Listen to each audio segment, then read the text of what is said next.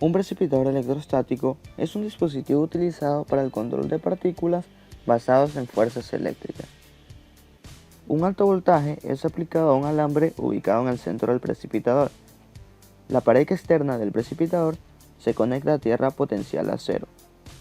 Al alambre en el centro del precipitador se le denomina electrodo de descarga y la pared externa electrodo colector. El electrodo de descarga mantiene un potencial negativo respecto del electrodo colector y así el campo eléctrico está dirigido hacia el alambre. El campo eléctrico cerca del alambre alcanza valores suficientemente altos como para provocar una corona de descarga en torno a él y a la formación de electrones e iones negativos, como por ejemplo los del O2. A medida que los electrones y los iones negativos son acelerados hacia el electrodo colector por las líneas del campo eléctrico no uniforme, las partículas que se encuentran suspendidas en las corrientes de gas ingresante que fluyen horizontalmente y paralelo de las placas verticales se cargan por las colisiones y las capturas de iones y llegan a depositarse en la superficie de los electrodos colectores. De este modo, el gas sale del precipitador prácticamente libre de impurezas. El hecho de impartir una polaridad negativa a los electrodos se debe a que una corona negativa tolera un voltaje más alto antes de producir chispas que una corona positiva. A medida que las partículas comienzan a depositarse sobre la superficie colectora, el espesor de la capa del material particulado se incrementa. Como consecuencia de esto, el campo eléctrico va disminuyendo, por lo que es necesario golpear periódicamente las superficies colectoras. El material cae y se recogen al fondo tolvas de recolección. Sin este golpe periódico y la consecuente disminución en la recolección de eficiencia del precipitador electrostático, en este caso se ve disminuida. Yo les voy a explicar un poco este diseño. Antes de nosotros saber de qué tamaño van a ser las longitudes del precipitador electrostático, de qué tamaño va a ser el colector del precipitador electrostático, cuáles van a ser las cargas de ionización para que estas aquí puedan inducir y paralizar la contaminación o las partículas de contaminación del polvo, necesitamos saber ciertos cálculos o cuál va a ser el tamaño de las sustancias para que éstas se adecúen al precipitador. Entonces, nosotros aquí tenemos que lo que primero vamos a tener son los caudales extraídos por el equipo, o sea, lo que va como que a absorber el equipo. Estas aquí van a ser las partículas que se van a dar tanto con las bandas transportadoras y los alimentadores de las placas. Nosotros sabemos que las bandas transportadoras y las alimentadoras de placas tienen un caudal, o sea, un caudal con el que entra ese valor. Es dependiendo del tamaño de los tres valores que vamos a tener, que por ejemplo en C es donde ingresa. En C va a ingresar como un 1000, que va a decir como que el 1000%, como el 100%. Ya, después se va a trasladar hasta B, donde su concentración ya va a ir bajando, que es de 1750. Y por último, estas van a ser trasladadas hasta A, donde ya nomás van a tener una concentración como de 1500. Dependiendo de las concentraciones que estas tengan, se van a dar los tamaños de partículas. Aquí podemos ver que las partículas más pequeñas son de 650 milímetros. Estas partículas son las que van a ingresar por los distintos caudales. Cuando ya tenemos estas partículas y tenemos el caudal del polvo, se hará una suma de los valores. Estas van a ser entre B y C. En este caso, utilizaremos, como les dije anteriormente, las bandas más finas, que son las de 650 milímetros. Y por último, cuando hacemos esta respectiva suma, va a dar 1000 que C, que es el total por donde entraba. Ya bueno, lo mismo será con las placas alimentadoras, pero eso no lo vamos a tomar mucho en cuenta, porque lo que necesitamos son las bandas transportadoras. Ya, luego de esto, cuando ya queremos saber la concentración del polvo, o sea, queremos saber la concentración del polvo que va a ingresar por cada equipo, o sea, por cada precipitador, sabemos que vamos a utilizar son las fajas transportadoras. Estas fajas tienen una concentración de polvo de 10 a 20 gramos sobre milímetros cúbicos, según la tabla de valores, que ya son tablas dadas que nosotros las escogimos desde el artículo con el cual trabajamos. Estos componentes se transforman en valores de 15.000 a 20.000 miligramos sobre metros cúbicos. Ya no gramos, sino que hacemos como que la conversión. Esto aquí lo sacamos porque ya dice el TULSMA que en la tabla 3, el anexo 4, la concentración del material particulado en cualquier momento puede salir y deberá tener un máximo de 150 miligramos sobre metros cúbicos. O sea, no puede tener más material particulado al momento de que ésta ya haya pasado por los precipitadores. Que estos aquí no es que van a degradar este polvo, sino que lo van a contener. Ya. Luego de esto, cuando ya pasamos a los cálculos, porque ya tenemos todo, nosotros queremos saber la eficiencia de captura que va a tener dicho colector. Entonces, para nosotros saber la eficiencia de captura, vamos a tener NC, que es la concentración, que va a ser igual, o sea, la concentración total, va a ser igual a CI, que es la concentración de materia de entrada, y CS, que es la concentración de materia por la salida, ¿verdad? Entonces, nosotros anteriormente ya teníamos los cálculos, decíamos que la concentración de entrada va a ser de 20.000 y la de salida, que es por la que tiene que partir, que tiene que ser ya lo mínimo según el TULSMA, iba a ser de 150. No puede ser mayor de 150. Entonces, como nosotros tenemos 20.000, la dividimos también para los mismos 20.000. Esto nos da 0,99. O sea, ya tenemos la eficiencia de captura que va a tener nuestro dicho colector. Para después, nosotros ya saber las características al momento de hacer el diseño. Luego de esto, nosotros ya queremos saber el flujo másico de entrada que va a necesitar dicho colector. ¿Cómo sacamos el flujo másico? Nosotros tenemos MI, que es el flujo másico de la entrada, que va a ser igual a la concentración de materia de polvo, o sea, la concentración de polvo que hay, ya toda al 100. Y el caudal de la suma de las bandas, que eso ya también lo hicimos anteriormente, ¿verdad? Entonces, bueno, reemplazamos y nosotros tenemos como flujo másico en la entrada, va a ser de 55.000 gramos sobre horas. ¿Verdad? Entonces, esta materia es la que nosotros vamos a necesitar. Luego de esto, el flujo másico en la salida, recuerden que este aquí tenía que ser no mayor a 150, y si es mayor a 150 hay que hacer un colector un poco más grande para que este pueda ionizar las partículas. Entonces vamos a ver cuál fue, dependiendo de nuestra cantidad, cuál fue. Entonces reemplazamos que NS es la concentración, MI que es el fluido másico de entrada, MS que es el fluido másico de salida, reemplazamos, despejamos y tenemos que nos da un fluido másico de salida de 990 gramos sobre horas, que es mayor a 150, obviamente. Entonces va a tener que ser un colector un poco de un radio, de una longitud más grande.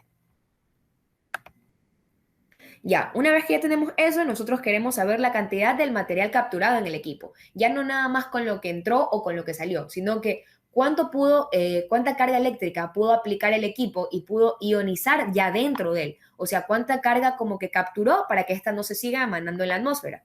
Entonces aquí nosotros decimos que la fórmula es el material capturado es igual al fluido másico de entrada menos el fluido másico de salida. O sea, lo que entró, lo que se retuvo y lo que salió. Entonces aquí hacemos los 55.000 menos los 990 y esto nos da 54.010, que es el material que se quedó dentro de este diseño de precipitador que nosotros electrostático que nosotros vamos a generar, ¿verdad? Esto es lo que nosotros, utilizando estas cantidades, se va a quedar dentro de él. Ya bueno, entonces, una vez que ya tenemos lo que se va a quedar dentro de él, queremos saber la velocidad de captura de la que tuvo este precipitador. ¿Con qué velocidad capturó todo este polvo? Acá ya decía que eran 54.010 gramos sobre horas, pero queremos saber con qué velocidad se generó esto. Entonces, para saber la velocidad de captura en la transición de las fajas, nosotros aquí tenemos como que un rango de velocidad, que también lo encontramos en el artículo en el cual nos regimos. Este dice que las partículas, si fueron de menor a 0,25 a 0,5, estas aquí están sueltas en el aire, sin velocidad alguna. ¿Qué pasa? Entonces, como que salieron expulsadas de dicha fábrica en el aire, pero no tuvieron una velocidad para llegar al precipitador y de esa manera quedarse dentro de él. ¿Qué dice? Que las partículas que miden de 0,5 a 1 a unos metros sobre segundos, o sea, que ejercen esta velocidad, son las que están sueltas y tienen una baja velocidad en el aire, ¿verdad? Estas son transportadoras a una baja velocidad. Y dicen que en generación activa, que son dentro de la zona, son de 1 a 2,5 metros por segundo. Nosotros, nuestras partículas, en este caso vamos a trabajar con partículas que tendrán una baja velocidad en el aire y una una generación de media, o sea, que son activas en el aire, pero no sueltas sin velocidad. Ya, teniendo de nuestra velocidad, nosotros otra vez volvemos a las tablas del equipo. Aquí ya teníamos que estas aquí, según el diseño del dimensionamiento, el precipitador puede calcular diferentes tamaños de banda, no solamente con las que nos regimos, sino diferentes tamaños. Pero nosotros tomamos la anchura de los 650 milímetros y nosotros, dependiendo de eso, vamos a seleccionar las distintas dimensiones que va a tener nuestro precipitador. Entonces, nosotros tenemos E, aquí como vemos la letra, en el campo eléctrico creado por el filamento, nosotros tenemos E. ¿Qué es E? Es la intensidad del campo eléctrico que van a generar estos precipitadores dentro de ellos. O sea, porque ustedes saben que los precipitadores de cargas electrostáticos son los que ejercen como que energía y paralizan esas partículas ahí. Entonces nosotros tenemos E, que es la intensidad que nosotros vamos a querer buscarla, es la intensidad que vamos a generar dentro de él.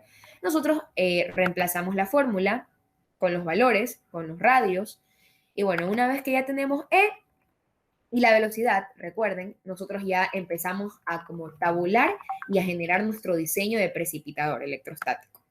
Acá tenemos las dimensiones de nuestro equipo. Nosotros trabajamos con 650 y entonces aquí vemos las dimensiones en el ancho de la banda y en el ancho de la banda del colector nada más. Aquí tenemos, por ejemplo, que A va a tener un ancho, en este caso, como fue 1000, de 860.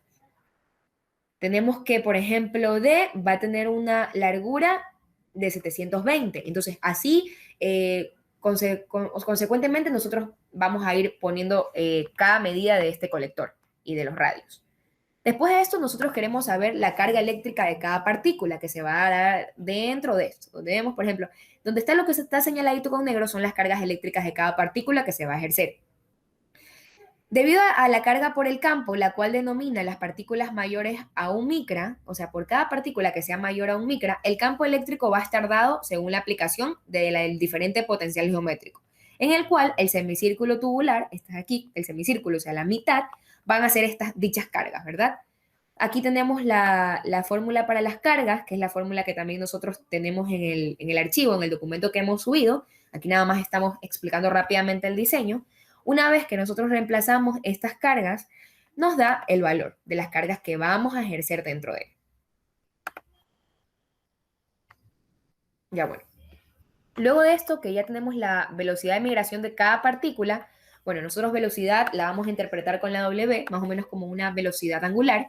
Procedemos a reemplazar nuestros cálculos o nuestra ecuación y tenemos que QF, que va a ser la carga la carga eléctrica que se va a dar dentro de esta, es de 1,32 por 10 a la menos 15. Es sumamente pequeña por cada partícula que se va a ejercer esta carga.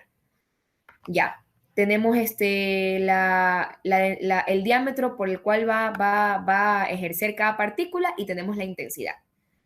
Bueno, el tiempo de partícula, porque también vamos a querer saber en el tiempo que tarda en recorrer cada partícula hacia el colector, o sea, el transcurso que ésta tiene en la entrada hasta la salida, este es el tiempo requerido para que la partícula viaje.